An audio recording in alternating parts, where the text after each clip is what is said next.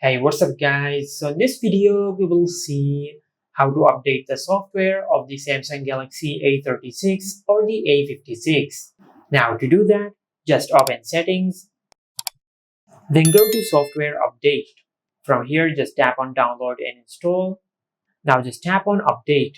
And once you do that, you will start updating the software of your smartphone.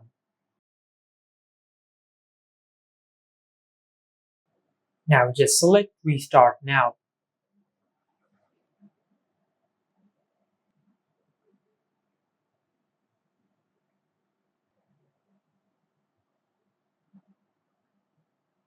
Now as you can see, our smartphone has finished restarting. Now as you can see, update completed. And this is how you can update the software of the Samsung Galaxy A36 or the A56. Make sure to like, comment and subscribe. Thank you for watching.